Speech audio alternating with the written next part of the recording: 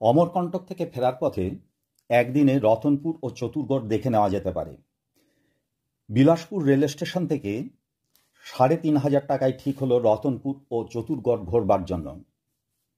অপূর্ব প্রাকৃতিক দৃশ্য, চতুর্দিকে পাহাড়, পাহাড়ের আঁকাবাঁকা রাস্তা গিয়ে প্রথম এলাম সিদ্ধতন্ত্রপীঠ শ্রী কাল ভৈরব মন্দির। এই মন্দিরটি বিলাসপুর থেকে রতনপুর যাবার পথে। এই রতনপুরেই রয়েছে সতীপীঠ মহামায়া মন্দির। বিলাসপুর থেকে এখানকার দূরত্ব ৩২ কিলোমিটার। পৌরাণিক শহর রতনপুর থেকে মাত্র ২ কিলোমিটার দূরে রয়েছে শ্রী সিদ্ধি বিনায়ক মন্দির। বিলাসপুর থেকে ৭৫ কিলোমিটার দূরে চতুরগড়, সমতল থেকে ৩,০৬০ মিটার উচ্চতায়।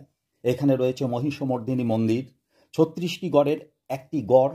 এটি তৈরি করেছিলেন রাজা পৃথ্বীদেব, সময় ১০৭৯ সাল। এখানে জটাশঙ্করী নদীর উদ্গমস্থল রয়েছে। এই চতুরগড়কে ৩৬ গড়ের সিমলা বলা হয়ে থাকে।